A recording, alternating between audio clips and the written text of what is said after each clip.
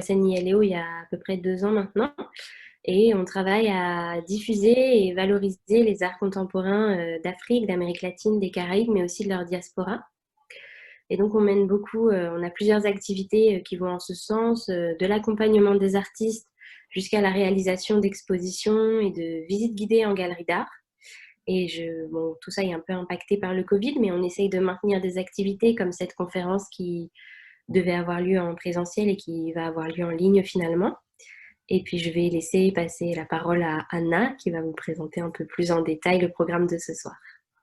Oui, alors je reprends la parole. Merci Sylvie. Pour cette table ronde, nous, on voulait, comme on travaille sur l'art contemporain de l'Amérique latine, on voulait avoir un peu un panorama de la scène péruvienne.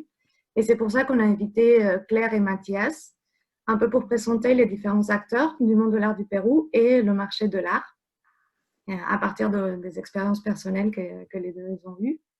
Donc, je vais, un peu pour savoir comment ça va se passer aujourd'hui, je vais vous demander, donc je pense que tous vous avez déjà éteint vos micros, mais d'éteindre le micro pour qu'on puisse entendre les intervenants. Je vais commencer par faire une petite présentation de Claire pour ensuite lui poser une question qu'elle va développer et peut-être une autre question à la fin, on va voir selon sa réponse. Après l'intervention de Claire, je vais laisser quelques minutes d'échange. Ces échanges vont se faire par écrit, c'est-à-dire si vous avez des questions, vous pouvez les poser sur le chat. C'est moi qui va lire les réponses et les questions et qui va donc poser les questions à Claire et lui laisser du temps après pour vous répondre. Ensuite, je vais présenter Mathias aussi brièvement. Je vais aussi lui poser quelques questions et comme pour Claire, je vais laisser le temps d'échange à la fin. Alors, bon, je commence. Je fais ta petite introduction, Claire. Alors, pour Claire, je pense que c'était important de parler un peu de la longue histoire que Claire a avec le Pérou pour comprendre un peu pourquoi elle est là et pourquoi on l'invite. Claire a une histoire avec le Pérou qui commence quand elle était étudiante à Paris 4. Elle faisait une recherche sur l'art contemporain du Pérou. Bon, l'art contemporain, l'art de 1920 à 1960, sous la direction de Serge Lemoine et Isabelle Ewig. Attendez, il y a des gens qui rentrent, pardon, je dois les accepter en même temps. Ok, pardon, je reprends. Claire a été étudiante à Paris 4. Elle faisait une recherche sur l'art du Pérou de 1920 à 1960 sur la direction de Serge Lemoine et Isabelle Ewig. Puis, à partir de cette année, le couple de collectionneurs péruviens Ginette Lumbroso et Alberto Rebasa l'ont invitée à réaliser une résidence d'écriture à Lima pendant 3 mois pour qu'elle fasse ses recherches sur l'art contemporain du Pérou.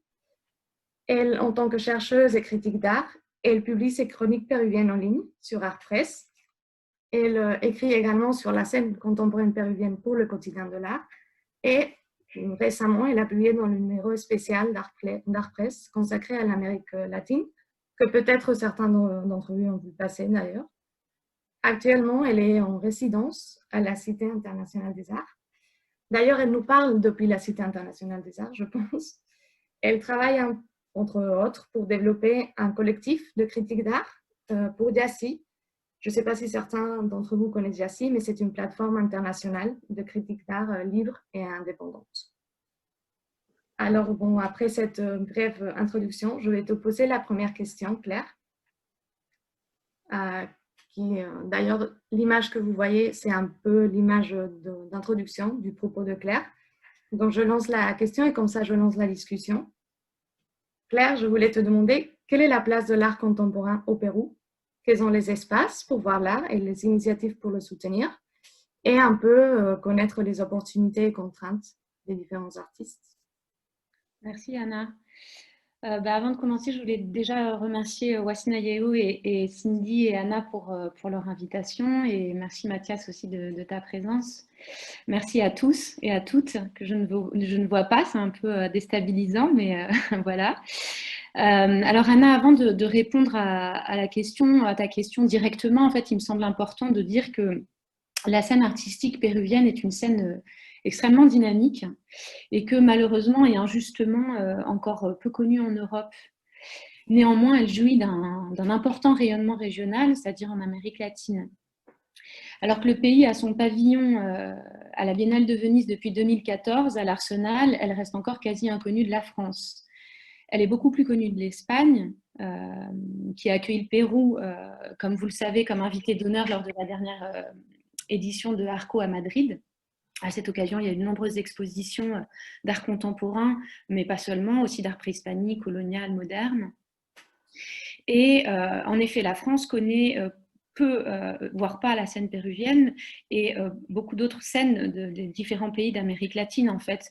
On commence à s'ouvrir, mais c'est encore très récent. On a tendance encore à considérer le continent comme un pays, et ce que l'on voit, ce qui s'expose surtout en France, vient essentiellement du Mexique, du Brésil, du Chili, de l'Argentine, ou encore de la Colombie. Je pense d'ailleurs à l'année France-Colombie qui a bien œuvré dans ce sens, et bientôt nous allons accueillir l'Argentine.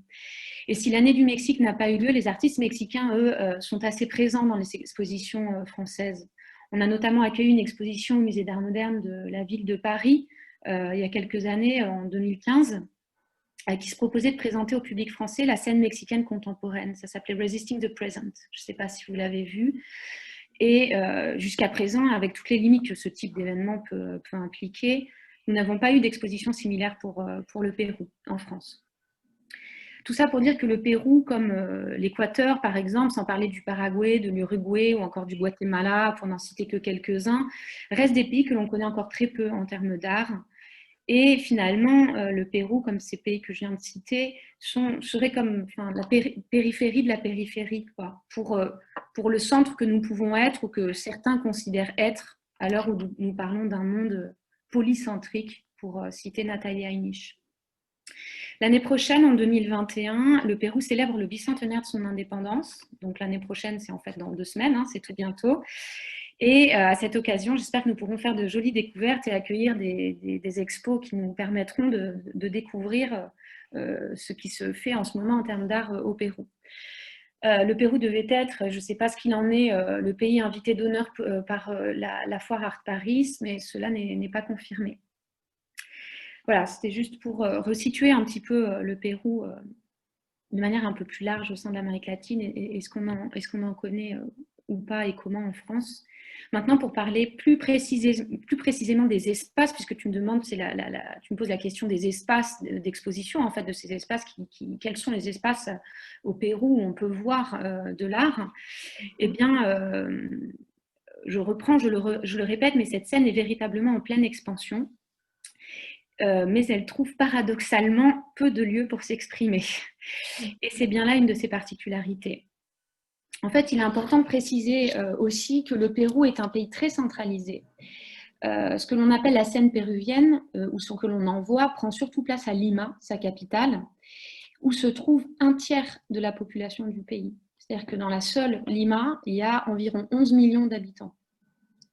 Et la deuxième ville, qui est Arequipa, qui est une ville qui se trouve dans la Cordillère des Andes, dans le sud, donc c'est la deuxième ville, il y a tout de suite 1 300 000 habitants. Voilà. C'est donc difficile pour un ou une artiste qui ne vit pas à Lima, non seulement de se former, mais aussi d'avoir ensuite une visibilité. Donc la plupart des artistes, finalement, viennent à Lima. Donc l'art au Pérou pâtit de ce que l'on pourrait appeler un vide institutionnel. L'exposition dont vous voyez là une photo qui s'appelle Vacío Museal, donc vide muséal, sous-titré Un demi-siècle de muséotopie péruvienne de 1966 à 2016, a été organisée en 2016 justement par Gustavo Buntix. Gustavo Buntix est un commissaire important au Pérou. Et en fait, cette exposition a eu lieu au MAC de Lima. Je reviendrai sur ce lieu, qui est le musée d'art contemporain de Lima. Et cette exposition est en fait vraiment symptomatique de cette situation, c'est-à-dire qu'elle réunissait de nombreux projets d'artistes qui, pendant des années, et on continue encore, des artistes contemporains, qui ont pensé en fait un musée fictif. Et il y avait notamment alors, le travail de Sandra Gamarra, qui, elle, a en fait commencé un projet de musée fictif en 2011, qu'on peut voir en ligne. Ça s'appelle l'IMAC. Et en fait, on peut vraiment... il y a carrément la boutique du musée, il y a les expositions temporaires, la collection. Enfin, si vous avez le temps d'aller voir, ça s'appelle l'IMAC, L-I-M-A-C.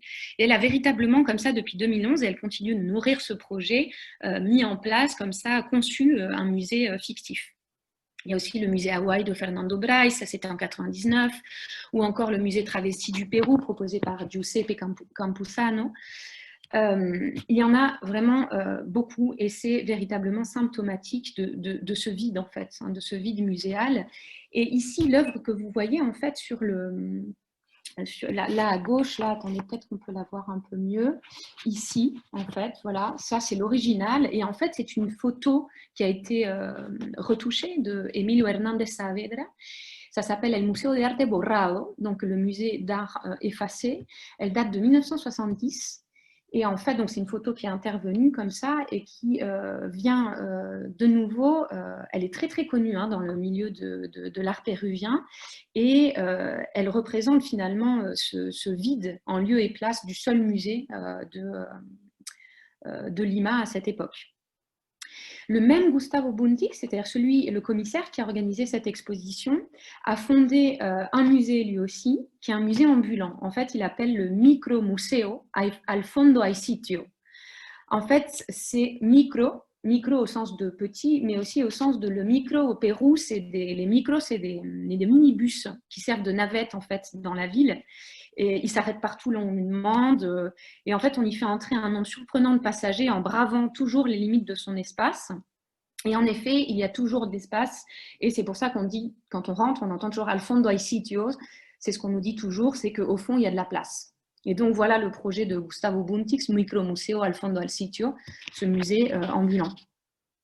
Alors bon, ce vide que je pointe, et qui est bien sûr, dont la plupart des Péruviens sont conscients, il est quand même relatif aussi, parce que à l'échelle du pays, Lima a quand même vu la création en 2013, donc c'est relativement récent, mais de son musée d'art contemporain, donc là où prend place cette exposition dont je vous parlais, son musée d'art contemporain qui s'appelle MAC Lima, que nous avons attendu quand même pendant des années. Donc moi, quand j'y ai vécu tous les ans, j'attendais. Il y avait à la place du musée que vous voyez là, il y avait un vide en fait. Hein, voilà.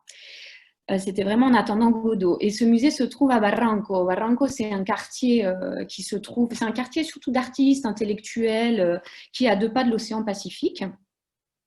Alors, il y a aussi un autre musée d'art contemporain au Pérou, dans la 2e plus grande ville, celle dont je vous parlais tout à l'heure, à Arequipa. Et lui, il a été fondé en 93, mais il a fermé en 2018. Donc aujourd'hui, le MAC Lima est la seule institution exclusivement dédiée à la promotion, la recherche et la diffusion des pratiques artistiques contemporaines au Pérou. Donc voilà le beau MAC Lima de nuit. Hein. Et il y a un autre musée qui est une véritable institution, c'est le MALI, en fait. Donc Museo de Arte Lima, le musée d'art de Lima. Comme je vous disais, c'est une véritable institution. Dans cette cartographie, en fait, qu'on pourrait dire fantomatique de ces espaces d'exposition, sa collection comprend des œuvres depuis l'art préhispanique jusqu'à l'art contemporain. Hein. Et lui a été fondé en 1961. Il compte parmi quand même les musées les plus importants d'Amérique latine. Il est aujourd'hui dirigé, et depuis peu, hein, depuis 2 ans, si je ne me trompe pas, non même pas 1 an, je crois, ou 2, par l'ancien directeur du MACBA, Bartolomeo Mari. Donc ça donne aussi une autre ampleur finalement, hein, une autre ouverture à la scène aussi artistique péruvienne. Et ce que je ne vous ai pas dit, c'est que le MAC de Lima est aussi dirigé par un Colombien. Voilà. Donc on ouvre à la fois l'Amérique latine et puis à l'Europe. Alors, outre le MAC Lima et le Mali, il y a beaucoup d'espaces privés très actifs, indépendants, comme l'IPNA, alors je ne sais pas si vous en avez entendu parler, ICPNA, Instituto Cultural Peruano Norteamericano, qui est, comme son nom l'indique, le centre culturel nord-américain. Il y a aussi le centre culturel britannique, celui de l'Espagne, l'Alliance française. Et tous ces lieux, ces centres culturels de pays différents présentent régulièrement des expositions de qualité qui supposent des recherches à chaque fois et jouent un rôle considérable puisqu'ils sont à l'origine de nombreux prix, d'appels à projets, des prix qui permettent aussi aux artistes d'aller résider à l'étranger, de faire des recherches à l'étranger. Je pense à l'Alliance française, mais aussi à l'ambassade de France qui organise un prix qui s'appelle Passaporte para un artista, qui à chaque fois donne lieu à une exposition qui est justement dans un autre centre culturel dont je vais parler tout à l'heure. Et en fait, ce prix, le lauréat ou la lauréate du prix, part en résidence justement là où je suis, à la Cité internationale des arts, pour 3 mois. Il y a aussi d'autres initiatives privées qui sont aussi des musées, comme le Museo Mate. Le Museo Mate, alors là, ça c'était le Mali, pardon, je ne vous ai pas montré, qui est ce très beau, très grand musée qui se trouve dans le centre de Lima, dans le centre historique. Là, c'est l'intérieur, la cour intérieure.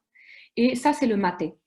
Et le Mate, en fait, a été fondé en 2012. Donc, il y a quand même une intense activité depuis 10 ans comme ça, hein, de création de lieux assez importants. Et il a été créé par le célèbre photographe péruvien, un photographe de mode surtout, qui s'appelle Mario Testino. Mario Testino, voilà. Un autre projet aussi qui est important, c'est, donc ça on est dans l'intérieur là du lieu, ça s'appelle le Proyecto Amil. Donc là c'est une exposition de Jimena Garrido Leca qui a fait tout un travail sur la coca, donc cette feuille de coca, cette plante très importante pour la culture péruvienne. Donc là, on est dans le lieu qui est en fait, donc voilà, le Proyecto Amil, qui est en fait en sous-sol, hein, c'est un espace un peu singulier, qui est en sous-sol d'un ancien centre commercial.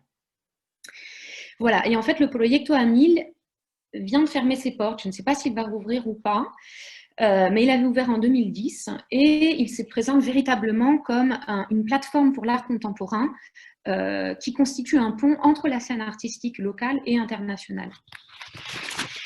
Et puis, bon, il a reçu quand même des artistes comme Richard Tuttle ou Yoko Ono pour les artistes internationaux et d'autres artistes locaux comme Jimena Garrido Leca, dont on voyait l'exposition tout à l'heure, ou Rita Ponce de León. Voilà. Après ces lieux-là, il y a aussi les universités qui ont d'importants espaces d'exposition. Là, on est dans le centre de Lima, à San Marco. Et je pense à ce centre culturel, voilà. Il y a aussi le centre qui est dans une ancienne casona. Hein, donc là, vous voyez quelques photos du lieu. Il y a aussi des étudiants ici. Hein. Et puis là, vous avez un dessin de la façade en fait d'un autre centre culturel, qui est un centre d'exposition important, mais aussi de cinéma, de rencontres, etc., qui est le Centro Cultural de la Universidad de la Católica, donc l'université catholique de Lima, qui aussi dispense la formation la plus importante et la plus reconnue pour les artistes péruviens. Et ce centre-là se trouve à San Isidro. Un quartier qui est bien en dehors du centre historique de Lima. Voilà, et ensuite, pour finalement les plus belles collections, sont silencieuses et quasiment invisibles, parce que ce sont les collections des collectionneurs privés, qui sont quand même une petite dizaine. Et si, en dépit de la crise politique que traverse le Pérou, le marché de l'art vit depuis 10 ans une période faste, c'est notamment grâce à la pugnacité de ces collectionneurs, qui sont également des mécènes de musées, comme le Mali, par exemple, le musée d'art de Lima, dont je vous parlais, cette grande institution. Et la présence de ces collectionneurs comme Armando Andrade, José Carlos Verme, Alberto et Ginette Rebassa, pour ne citer que, sont aussi des membres des boards du MoMA, de la Tate ou encore du Reina Sofia, donc ce qui permet aussi un rayonnement international. Et cette présence donc, de ces collectionneurs a considérablement participé à consolider le marché de l'art. Ils sont aussi des acteurs incontournables de la dynamique culturelle du pays, grâce à la création d'espaces indépendants, comme je vous disais tout à l'heure, le Proyecto Amil, par exemple. Et ces initiatives, en fait, privées, sont à l'origine de nouveaux programmes de résidence aussi, de résidences artistiques, qui enrichissent aussi la scène locale. Et je pense notamment à la résidence Alado, de là où j'ai été moi. Pour la première fois, elle a été ouverte à une commissaire, mais depuis quelques années, c'est pour les artistes. Et aussi, je pense au projet de bourse Artus. Voilà, et pour ce rayonnement international aussi, il y a 7 ans, outre Lima Photo, qui est une foire importante de photographie, il y a 2 foires internationales d'art contemporain qui voient le jour à Lima, Parc et Art Lima. Et donc la plupart des galeries liméniennes participent à cette foire. On compte environ une vingtaine de galeries, entre celles qui ouvrent, qui ferment, permanentes à Lima.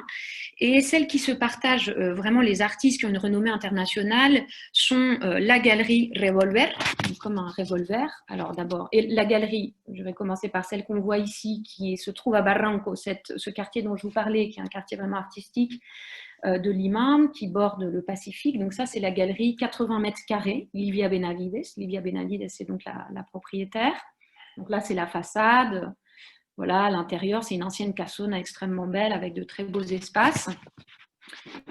Voilà, donc la galerie Livia Benavides. Et ici, là, c'est la galerie Revolver. Donc une des deux galeries, enfin voilà, les deux galeries qui se partagent les artistes. Donc c'est assez restreint, mine de rien. Après, il y a d'autres galeries plus anciennes comme Wu Galerie. Il y a aussi la galerie Impacto qui est peut-être plus commerciale, mais avec certaines propositions très singulières et intéressantes. Il y a la galerie Crisis, qui est une jeune galerie, mais avec des propositions extrêmement pertinentes. De la même manière qu'il y a l'autre galerie Virgil González, qui est récente aussi, qui a ouvert là il y a quelques mois. Voilà, c'est des initiatives plus jeunes, mais avec des choix extrêmement pertinents.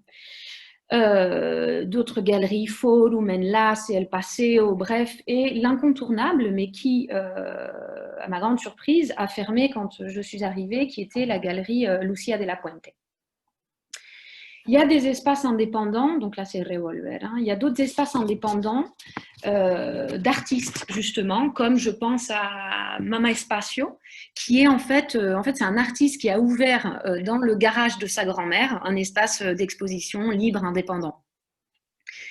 Voilà, c'est un peu catalogue, mais j'espère que ça vous permet comme ça un petit peu de cartographier les différents types d'espaces et leurs différentes fonctions, voilà, bref.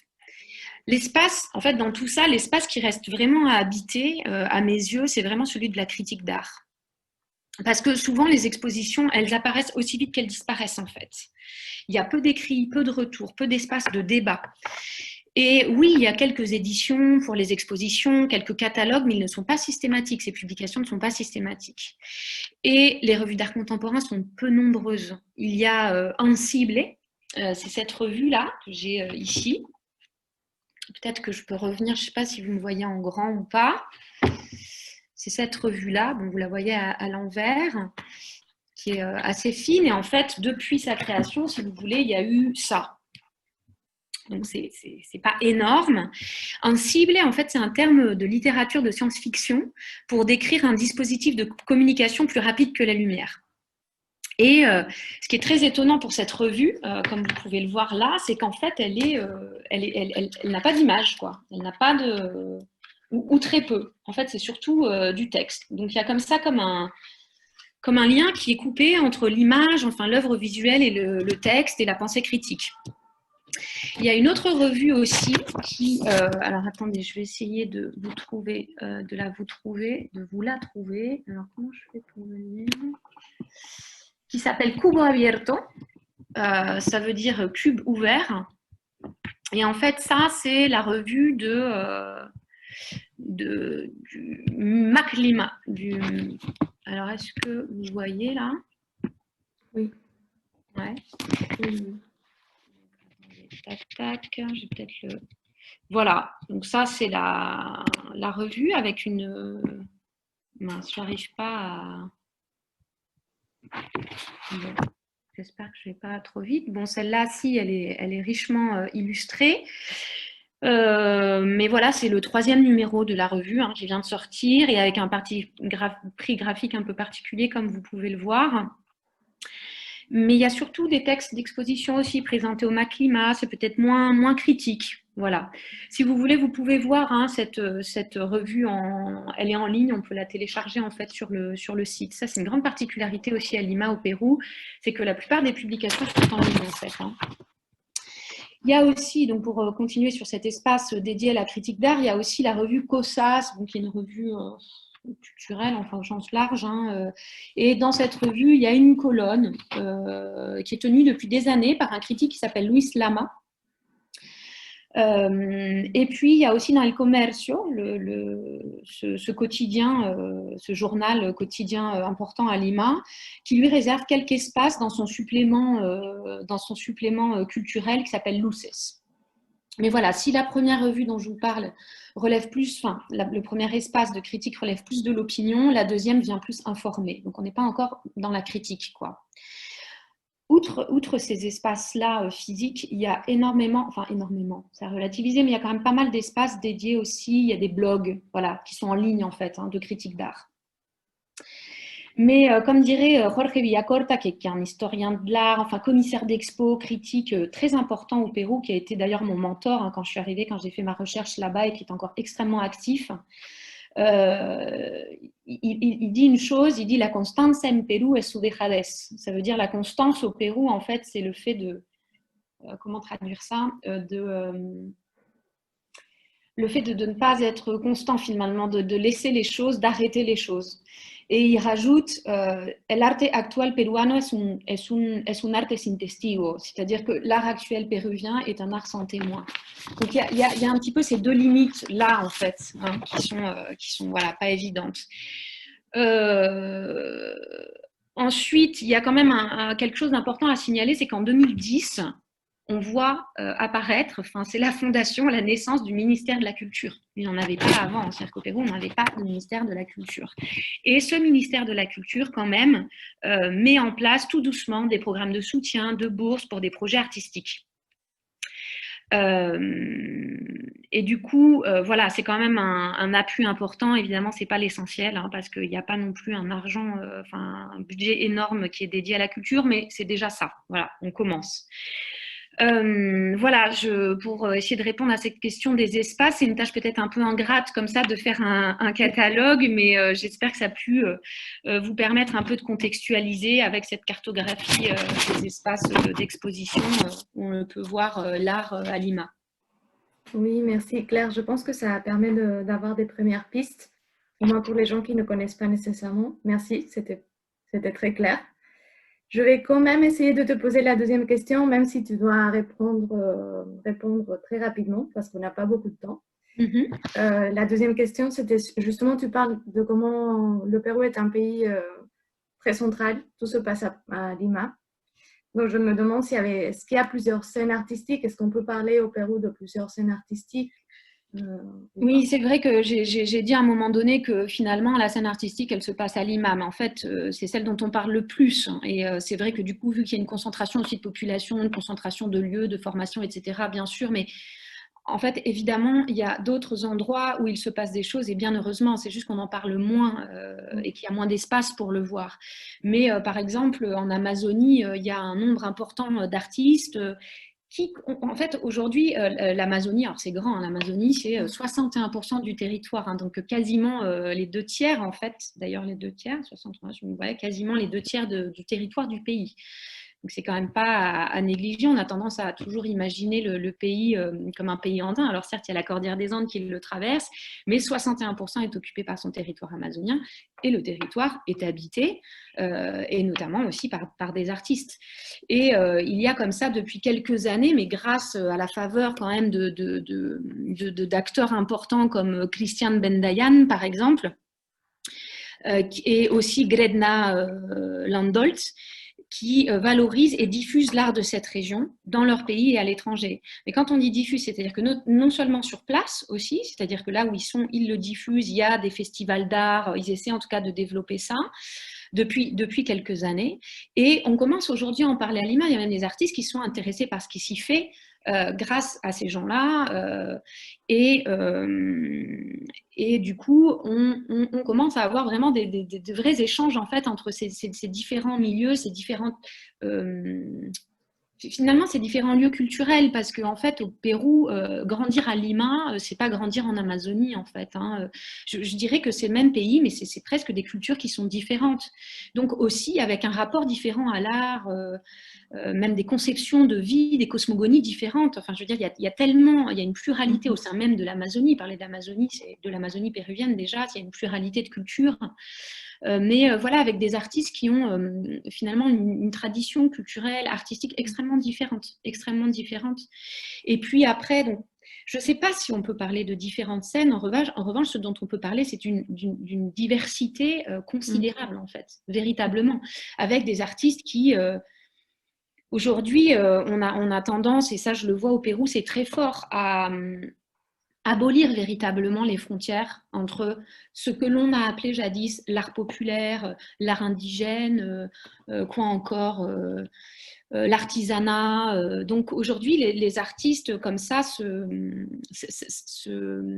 incorporent, enfin c'est pas le terme, mais travaillent aussi beaucoup avec ces savoir-faire, ces savoirs, ces techniques, et se rendre compte qu'il ne s'agit pas que, par exemple, il y a des artistes qui maintenant travaillent le retable, qui travaillent aussi d'autres objets comme, alors malheureusement, j'ai pas les photos, mais il y a comme ça une tradition dans la cordillère des Andes qui s'appelle les tablas de Sarua, en fait. Et c'est des espèces de morceaux de bois comme ça qui peuvent être très grands et où on vient peindre dessus. C'est surtout les hommes normalement qui peignent ces tablas de Sarua.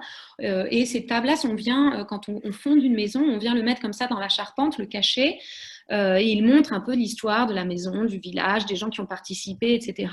Et aujourd'hui, par exemple, il y a une artiste qui s'appelle Venuka Evanan qui eh bien, reprend cet objet, mais en venant lui conférer d'autres idées, en fait. Elle se l'approprie déjà en tant que femme, ce qui est énorme. Et ensuite, elle vient y raconter d'autres types d'histoires, qui est plutôt la sienne, quelque chose peut-être plus d'autobiographique. Voilà, il y a énormément de types d'art différents, j'ai envie de dire. Après, on retrouve le même type de sujets qu'on retrouve ici, parce que les artistes aussi ont un grand rayonnement international. Il y en a beaucoup qui voyagent, en fait, hein, beaucoup à Berlin, au Mexique, à New York. Et donc, bah oui, on retrouve ces sujets sur la politique, le genre, l'économie, les croyances, les traditions, qu'on trouve aussi dans d'autres pays. Voilà. Il y a aussi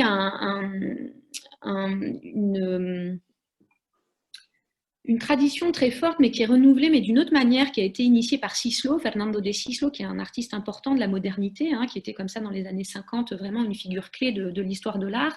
Et lui, en fait, il a introduit l'art abstrait au Pérou, mais avec un substrat, vraiment avec un substrat qui récupérait l'art préhispanique, mais en le mais sans, c'était pas une récupération de motifs, hein, c'était véritablement en considérant, encore une fois, des cosmogonies, les symboliques que ça pouvait charrier. Et aujourd'hui, on trouve ça beaucoup aussi au Pérou, c'est-à-dire qu'on réutilise le textile, donc le textile, la céramique énormément, et on renoue avec ces traditions, mais de différentes manières, c'est-à-dire que soit avec les formes, soit avec les techniques, soit aussi avec toutes ces idées qu'ils peuvent charrier, en fait. Voilà. Et l'histoire, etc. Pour faire très vite, hein, c'est large, en fait, c'est extrêmement diversifié, extrêmement, vraiment, vraiment, vraiment.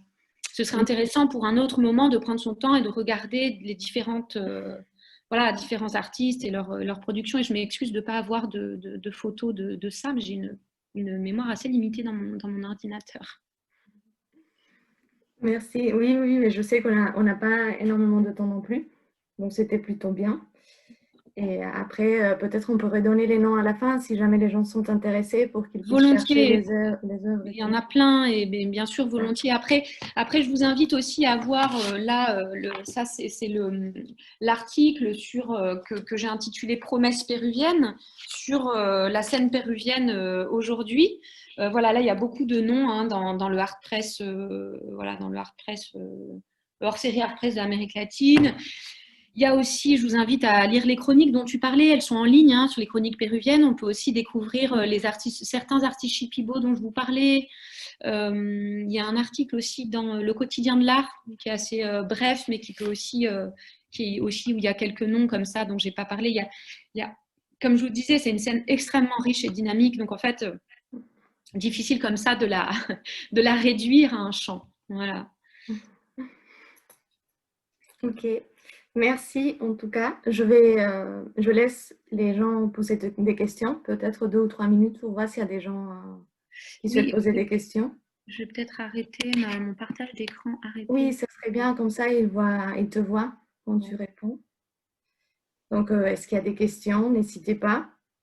Et n'hésitez pas à réactiver vos micros hein, pour poser les questions surtout. Ils peuvent les poser aussi par écrit et moi je les lis sinon.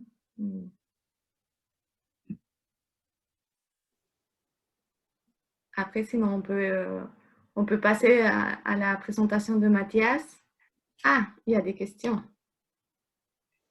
Ah Alors, oui, alors on me parle de la mairie de. J'en ai pas parlé, c'est très difficile. Bien sûr, il y a deux espaces importants là de Gonzalo qui parlent des espaces d'exposition en fait de la municipalidad de Miraflores. La municipalité de Miraflores est un espace d'exposition important là qui joue un rôle évidemment très important et depuis des années, bien sûr. Et de San Isidro aussi, bien sûr. Alors je tiens à préciser, à m'excuser, c'est que je ne peux pas faire un catalogue, voilà. Déjà, j'avais peur de vous saturer avec ce principe du catalogue, mais évidemment, c'est aussi deux espaces très importants, comme plein d'espaces indépendants dont j'ai pas parlé, hein, qui sont importants et dynamiques. Et après, il me parle aussi des écoles d'art de Cusco, à Ayacucho, il y a aussi l'école d'art à Arequipa, il y a aussi des écoles d'art ailleurs, évidemment, évidemment, hein, bien sûr. ok. Je pense que pour le moment, il n'y a pas d'autres questions. Peut-être ils vont arriver un peu plus tard. Donc, je vais, comme on a le temps qui passe, je vais passer à la présentation de Mathias. Si jamais il y a d'autres questions pour Claire, n'hésitez pas à les poser sur le chat et dire que c'est pour Claire. Et comme ça, elle pourra répondre à la fin. Alors, Mathias, je te présente rapidement aussi avant de te laisser la parole. Mathias est passionné de l'art contemporain. C'est comme ça qu'il a fondé sa galerie en 2005, la galerie Unique à Paris. Il a réalisé depuis plus d'une centaine d'expositions en galerie, en musée et en entreprise. Il a participé à de nombreuses foires d'art en Europe et en Amérique latine. En 2014, il se tourne vers la production latino-américaine en ouvrant un bureau galerie à Lima. Depuis 2017, il multiplie les activités culturelles qu'il fait, les expos et les échanges au Mexique, je pense, mais peut-être tu nous parleras un peu plus sur ça aussi. Alors, moi, pour maintenant, je vais te laisser un peu présenter ton activité avec la galerie.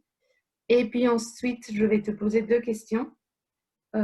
Si tu veux, je te les pose maintenant et puis je te laisse parler. Oui. La première question est surtout liée au marché de l'art au Pérou.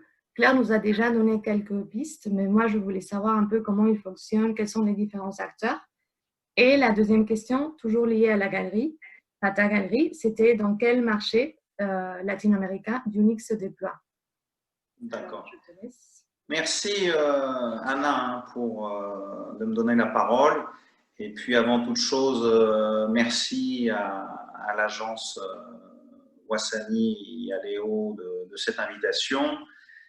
Merci à Cindy Olo, la fondatrice, à toi Anna, et super présentation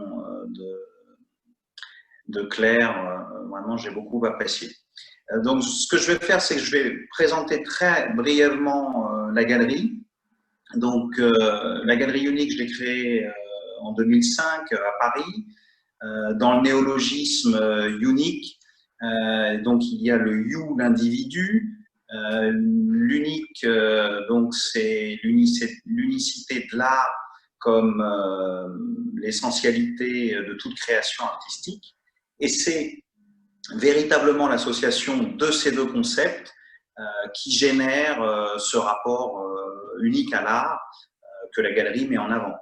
Alors, la galerie représente une quinzaine d'artistes contemporains, des artistes émergents, certains de renom, comme Georges Rousse et Javier Silva Menel en photographie, Alfredo Alcalde en peinture, ou encore Carlos Runcier Tanaka en céramique. J'ai découvert le Pérou en 2010, j'étais en vacances là-bas. Je suis tout de suite tombé sous le charme et j'ai vu le potentiel artistique. Donc, ça m'a motivé à ouvrir un bureau-galerie en 2014 à Lima, afin de donner un marqueur fort en termes d'identité. en injectant donc une coloration latino-américaine à la galerie et permettre donc ces échanges culturels entre la France et le Pérou. Et aujourd'hui, la galerie a la moitié de ses artistes qui sont péruviens. Donc, pour répondre à ta première question donc sur le marché de l'art au Pérou, bien sûr, il y a un marché de l'art sur la dizaine de galeries que compte le Pérou. Lima, donc, qui est la capitale, concentre toutes les galeries d'art contemporain. Donc, c'est vraiment là-bas que ça se passe. Après, il y a eu pendant longtemps cette coutume liménienne d'acquérir directement de l'art auprès des artistes.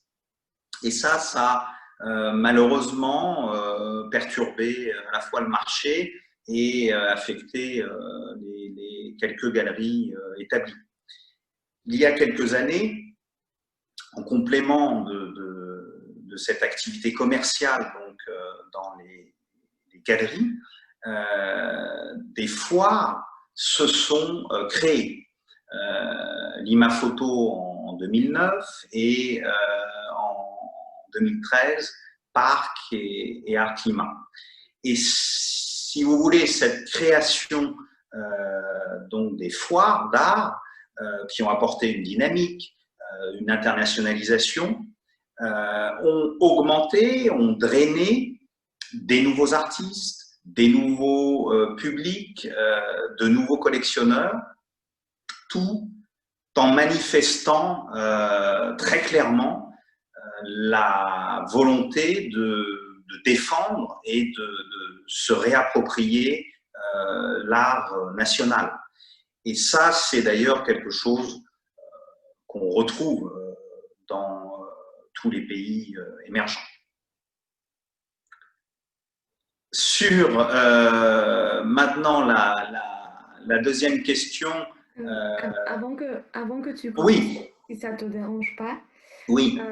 C'est une question qui m'est venue un peu à la tête maintenant, mais comme Claire, toi aussi tu dis que tout se passe à Lima, puisque ça concentre pas mal d'institutions, de galeries, etc. Et je me demandais si, par exemple, est-ce qu'il y a d'autres choses à l'intérieur du marché de l'art, donc des collectionneurs ou des ventes qui peut-être se font ailleurs dans le pays, ou des artistes qui voyagent à Lima, donc un marché de l'art qui se déploie aussi dans d'autres coins du pays, mais qui n'est pas représenté par des galeries, par exemple. Alors, il y a bien sûr si tu veux, il y a des activités, oui, commerciales de vente donc d'art, mais on est aussi avec de l'art, de l'artisanat qu'on peut retrouver, oui, à Arequipa, à Cusco, à Iquitos, enfin, voilà, au port de l'Amazonie. Mais ça va quand même être peu représentatif. Ça reste minoritaire. Ça reste quand même très, si tu veux, local. Et malheureusement, ce n'est pas du tout professionnalisé. Donc, véritablement, le marché de l'art, s'il y en a un, il est dans la capitale qui regroupe les pouvoirs économiques, politiques, culturels, par excellence. Il y a une, tu sais, Mathias, la galerie Virgil González dont je parlais tout à l'heure, je crois qu'elle ouvre une succursale à Cusco, donc qui est une ville extrêmement touristique pour ceux qui nous écoutent. Et du coup, je me demande s'il ne va pas y avoir comme ça, peut-être est-ce que ça ne va pas initier, tu sais, une dynamique de galerie, puisque en fait, tous les touristes qui viennent, tu vois, au Pérou, le passage incontournable, c'est Cusco. Je me demande, Oui, tu vois, ça m'a fait il y aura peut-être à l'avenir des formes de micro-régionalisme qui vont se développer. Voilà, peut-être un futur pôle, mais à Cusco. Mais il y a quand même, un peu comme chez nous d'ailleurs, en France, une polarisation autour de la capitale qui est très forte. Et c'est vrai que c'est certaines initiatives privées qui peuvent véritablement apporter un vent d'air frais et puis un dynamisme dans le marché de l'art. Bon, là, je te lance la deuxième question, même si je te l'avais posée. Mais ça tombe bien parce que ça permet un peu de parler du Pérou dans la scène latino-américaine à partir de ta galerie. Donc, c'était dans quel marché latino-américain Unique se déploie? Alors, la galerie, principalement, donc, elle a ouvert ce bureau galerie à Lima en 2014 et cette ouverture a constitué une véritable base de développement, de rayonnement, de travail.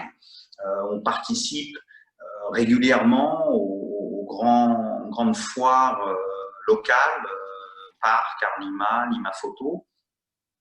On organise aussi des expositions personnelles dans les grandes institutions que sont le Musée d'art contemporain, comme l'a dit Claire, le MAC Lima, l'Alliance française de Miraflores, ou encore le Centro Cultural Inca Garcilaso. À côté, la galerie est présente au Mexique depuis 2017. On participe à la grande foire d'art Sonamaco. On organise aussi depuis quelques années donc des projets culturels dans la capitale, Mexico, DF, donc des projets principalement d'ailleurs dans des institutions comme l'Alliance française de Polanco. L'an dernier, on est parti en Argentine pour la première fois. On a participé à la foire Béa Photo. Malheureusement, l'économie est vraiment faible et il y a tous ces problèmes sociopolitiques qui font que voilà, ça nous a fortement affectés. Cette année, on voulait être présent au Brésil et là, ça a été le Covid qui nous a freinés dans nos ambitions. Récemment, on a été présent dans la foire virtuelle Pinta Miami avec un solo show de José Luis Martinat avec des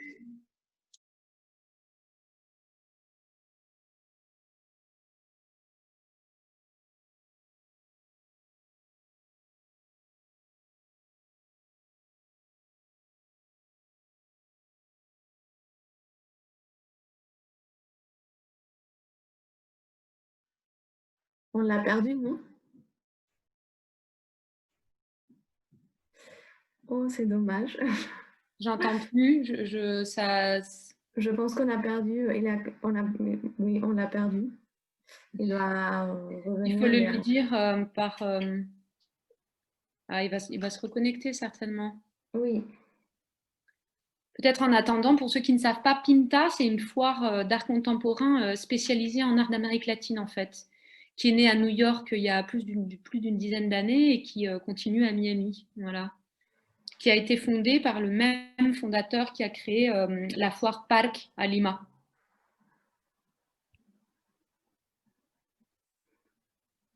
Non, ça ne le fait pas arriver. Ça ne veut pas arriver. Je pense que tu avais des questions, il y a eu des questions, mais je pense que tu as répondu sur le chat. Oui, j'ai répondu par écrit. On m'a parlé des...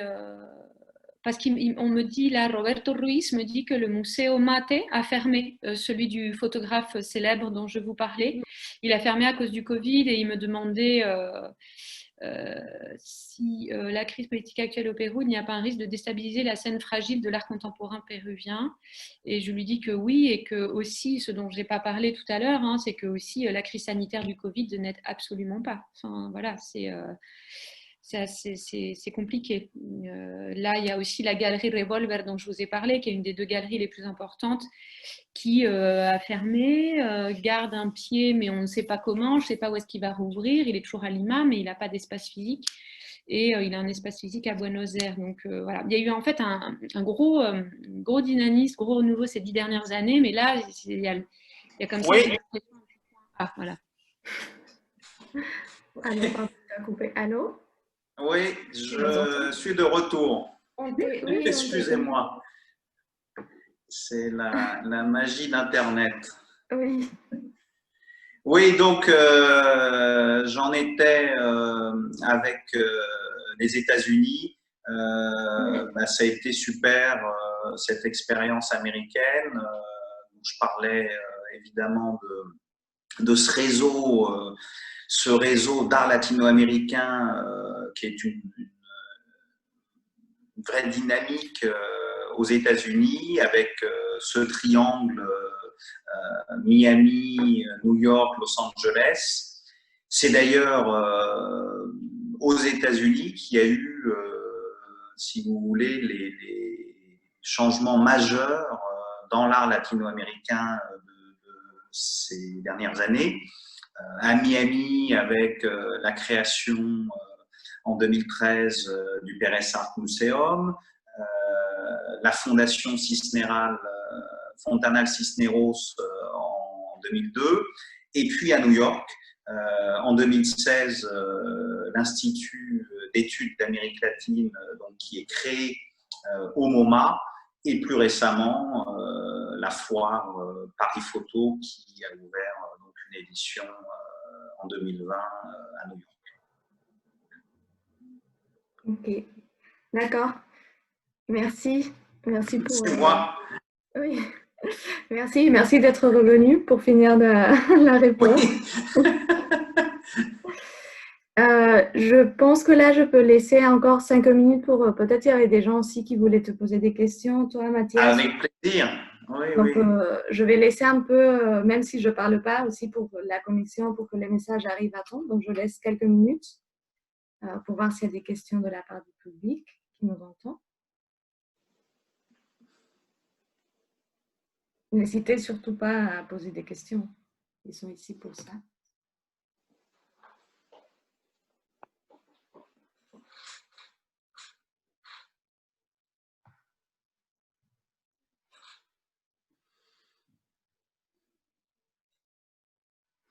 Il y a un débat qui est en train de se faire au chat par rapport au musée qui est fermé. Et Milena Carranza, il pose une question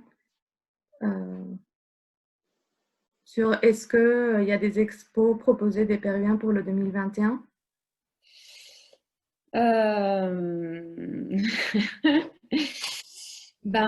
Je ne sais pas. Avec le Covid, il y a beaucoup de choses qui ont été reportées, non pas pour le maté.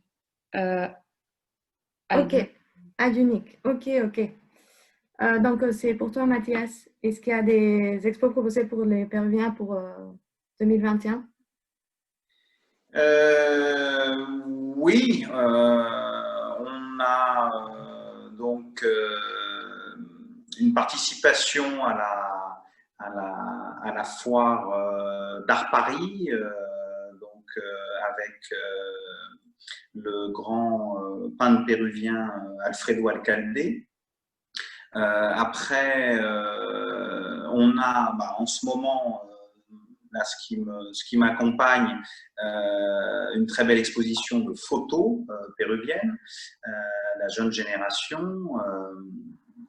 Et on va avoir l'an prochain également une exposition collective sur les jeunes émergents, mais qui sera multidisciplinaire. Ouais. En continuant sur cette question, elle te demande si elle est ouverte maintenant, l'expo, et jusqu'à quand, comme ça tu donnes les dates. Alors, l'exposition, oui, elle est ouverte jusqu'au 23 janvier. Demain, d'ailleurs, on fait le Noël unique, donc avec d'autres artistes de la galerie qui ont des petites pièces à prix modeste pour des idées de cadeaux. Donc demain, c'est le dernier jour de l'exposition, 16h-20h, avant la fermeture de Noël, et on réouvrira le 7 janvier l'exposition. Ok. Il y a une autre question pour toi, Mathias. Oui. Roberto Ruiz, il te demande comment la galerie sélectionne ses artistes. Oh, ça c'est une question à 10 000 euros, mais si vous voulez, c'est à la fois simple et compliqué. À la fois simple parce que tout d'abord il faut que ça me touche. Voilà, quand même une galerie, elle est animée par son galeriste et par ses choix artistiques. Il y a à la fois aussi quand même une réalité, c'est qu'on a un groupe déjà constitué d'une quinzaine d'artistes, donc il faut que ça rentre dans cette esthétique, que ça cohabite. Mais ce qui est capital, je dirais, c'est un univers fort, donc un univers qui va venir explorer, rechercher sur une thématique ou une obsession particulière. Ça me paraît important. Et après, ce qui est important, je le dis toujours, c'est évidemment de montrer et de diffuser son travail. Donc, avec grand plaisir de voir le travail de Louis. Ouais. Merci. Je pense qu'il n'y a pas d'autres questions. Ou en tout cas, personne n'a posé des questions dans le chat. Pour les expos d'art péruvien, il y a quelque chose d'important aussi à signaler, c'est le festival Kipou, qui a lieu au mois de novembre, qui est un festival d'art et de culture péruvienne. Et cette année, la thématique, en 2021, ça va être l'Amazonie, justement. Voilà, pour ceux qui s'y intéressent. Novembre 2021. Oui, normalement, ça sera beaucoup mieux, parce que c'est vrai que cette année, bah oui. on l'a vécu virtuellement. Ouais, c'est pas évident, non? Ça a été ni figue ni raisin. Bon, ça a eu lieu, mais oui, c'est vrai que ça va être mieux l'an prochain, c'est sûr. Oui, ça va changer. Bon, en tout cas, merci. Je pense qu'il n'y aura pas d'autres questions. Je voulais vous remercier, vous deux, d'avoir participé dans cette table ronde et d'avoir répondu à mes questions. Bah, merci Anna, merci encore pour cette invitation. Il y a une autre question, je pense un peu ouverte à tout le monde parce que ce n'est pas nécessairement pour la galerie unique. Oui. Comment un nouvel artiste peut-il approcher une galerie? Peut-être des petits conseils. Oh, les petits conseils, vous savez, l'art, comme dit notre ami, notre grand artiste français Pierre Soulages, c'est une histoire principalement de fréquentation. Donc, ce qui est important, c'est de présenter son travail par tous les canaux possibles, les réseaux sociaux, les mails, rencontres physiques, avec masque ou pas d'ailleurs, et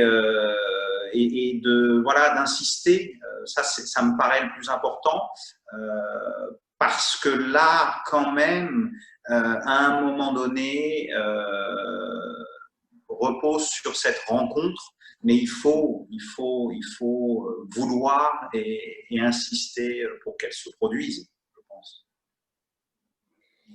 Ce que souvent on recommande, alors après ça dépend des galeries, du fonctionnement de chaque galerie, mais ce que souvent on recommande, c'est qu'un professionnel de l'art recommande l'artiste, son travail auprès d'une galerie en fait. Parce que les galeries ont énormément de demandes, hein, j'imagine Mathias, toi aussi, voilà. Oui, c'est vrai qu'il y a beaucoup de sollicitations Ouais. et venir avec une recommandation, oui, c'est un plus, mais bon, je pense aussi qu'il y a quand même, heureusement d'ailleurs, beaucoup d'artistes qui intègrent des galeries parce qu'il y a encore une fois cette rencontre, il y a cette découverte, il y a cet émerveillement qui tout d'un coup se produit et qui va créer un lien. Mais bien sûr, il faut oser et puis essayer. Voilà, c'est ça le plus important. Il faut oser.